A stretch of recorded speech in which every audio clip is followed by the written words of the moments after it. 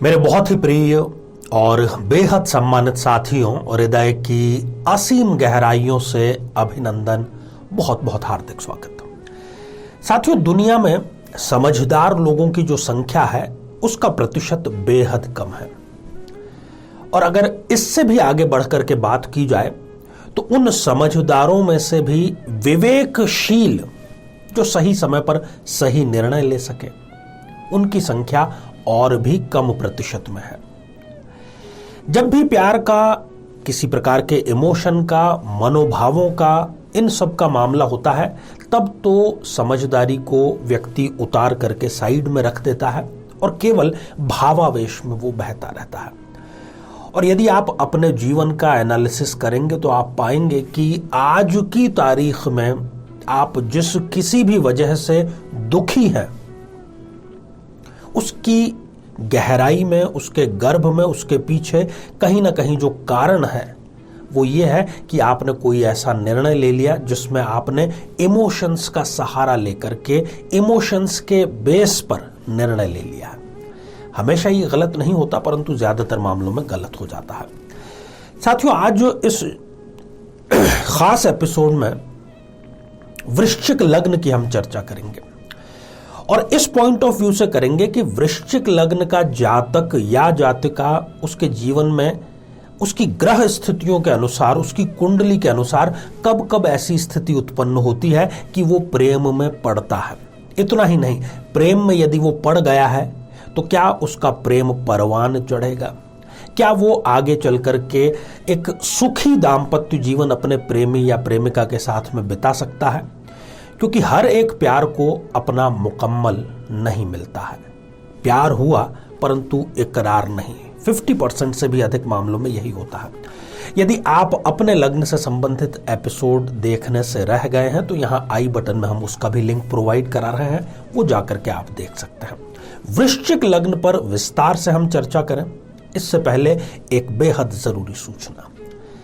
साथियों, हम ये प्रयास करते हैं कि अधिक से अधिक निःशुल्क मार्गदर्शन कर सकें। संडे को हमारा विशेष कार्यक्रम रहता है। इसके अतिरिक्त हमारे प्रत्येक एपिसोड के अंत में हम किसी न किसी जातक के प्रश्न का उत्तर देते हैं, और ये जो प्रश्न है ये हमें प्राप्त होते हैं आप लोगों के ही द्वारा यूट्यूब कमेंट के माध्यम से। तो जब भी आप अपना कमेंट लिखें उससे पहले आपको लिखना है #आचार्य चंद्रकांत। उसके बाद आप अपना कमेंट लिखें और इसी एपिसोड से संबंधित एक प्रश्न इसी एपिसोड के अंत में आपसे पूछा जाएगा, उसका सही उत्तर साथ में लिखा होना बेहद जरूरी है। तो आइए साथियों, जन्म पत्रिका का सहारा लेते हैं। ये जो जन्म पत्रिका है 8 नंबर से प्रारंभ हो रही है। 8 नंबर का अंक लग्न में ही लिखा हुआ है, इसलिए ये हो गई एक वृश्चिक लग्न की जन्म पत्रिका। अब एक एक करके हम 7 ऐसी स्थितियों के बारे में चर्चा करेंगे जिसके होने से और उसके ना होने से क्या क्या प्रभाव प्रेम पर, आपके प्रेम संबंधों पर पड़ सकता है। पंचम भाव जो कि प्रेम का भाव है। प्रेम का जब भी हमें विश्लेषण करना होता है पंचम भाव का हम सहारा लेते हैं। दाम्पत्य जीवन और विवाह का सप्तम भाव से देखा जाता है। अब सबसे पहले यहां पर चूंकि वृश्चिक लग्न है और लग्नेश यहां पर बनते हैं मंगल देव, जो कि स्वयं ही पराक्रम के, साहस के कारक ग्रह हैं।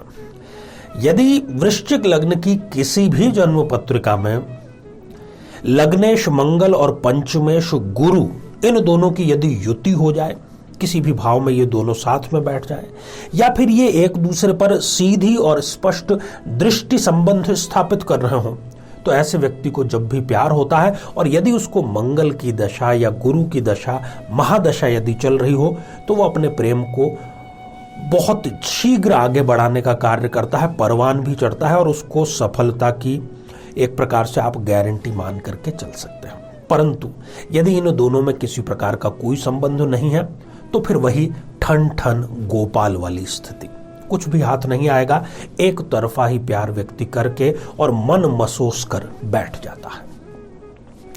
साथियों, दूसरा बिंदु, यदि इस जन्म पत्रिका में सप्तमेश शुक्र पंचम भाव में ही विराजमान हो जाएं, जाकर के सप्तमेश जाकर के पंचम भाव में विराजमान हो गया, किशोर अवस्था में या उससे थोड़ा सा और अधिक मान लें, ऐसा व्यक्ति प्रेम में पड़ जाता है और थोड़ा सा उसको संघर्ष भी करना पड़ता है, और फिर कहीं से उसको इस प्रकार की एक सद्बुद्धि भी आती है कि ये अभी प्रेम करने का सही समय नहीं है, परंतु वो विवाह उसी से करता है। कहने का अर्थ ये है कि ये जो स्थिति है ये इस जातक या जातिका के लिए प्रेम संबंधों को लेकर के, उसको फलीभूत करने को लेकर के बड़ी ही सहयोगात्मक स्थिति है। परंतु यदि यही शुक्र त्रिक भावों में जाकर के बैठ गया है, छठे, आठवें या 12वें में, तब फिर ये प्रेम में असफलता, या कई बार तो ये अपने प्रेम को इजहार ही नहीं कर पाते हैं। साथियों, तीसरी स्थिति चंद्रमा को लेकर के। चंद्रमा हमारे मन का कारक है, मन की भावनाएं, प्रेम का उससे बड़ा गहरा संबंध है। यदि इस जन्म पत्रिका में चंद्रमा उच्च राशि के विराजमान है, 2 नंबर का अंक जहां पर आप लिखा हुआ देख रहे हैं, सप्तम भाव है वो, वहां पर यदि विराजमान है तो ऐसे व्यक्ति के लव मैरिज करने, उसके सफल होने की बहुत प्रबल संभावना रहती है। अब परंतु ठीक इसके विपरीत यदि चंद्रमा त्रिक भावों में जाकर के बैठ गया है तो फिर ये प्रेम में पड़ते हैं, प्रेम में अपना समय बर्बाद करते हैं, और वो प्रेमी या प्रेमिका इनको छोड़ करके भी चला जाता है। चौथी स्थिति साथियों, यदि इस जन्म पत्रिका में पंचमेश गुरु और सप्तमेश शुक्र दोनों ही शुभ ग्रह हैं, यदि इन दोनों की युति हो जाए या दृष्टि संबंध हो जाए, तब भी प्रेम में इनको सफलता की एक प्रकार से ये गारंटी की स्थिति है। और यदि इन दोनों ग्रहों में इस कुंडली में किसी भी प्रकार का कोई संबंध नहीं है, ना युति है, ना स्थान परिवर्तन, ना दृष्टि संबंध, तब फिर वही स्थिति कि बस जंगल में मोर नाचा और किसने देखा। तो प्यार किया, खुद ने ही महसूस किया, खुद के दिल में ही वो प्रेम दफन होकर के रह गया।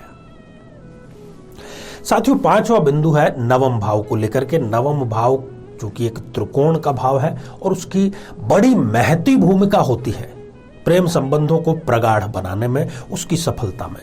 यदि नवम भाव में किसी भी प्रकार का पाप या क्रूर ग्रह है, राहु है, केतु है, शनि है, या फिर मंगल सूर्य जैसे क्रूर ग्रह है, यदि ये है तो इनकी दशाओं, अंतरदशाओं में जो भी क्रूर ग्रह नवम भाव में विराजमान है, उसकी दशा, अंतरदशा में इनको प्रेम यदि होता है तो वो परवान भी चढ़ता है और वो सफल दाम्पत्य जीवन की एक प्रकार से इनके लिए गारंटी लेकर के आता है।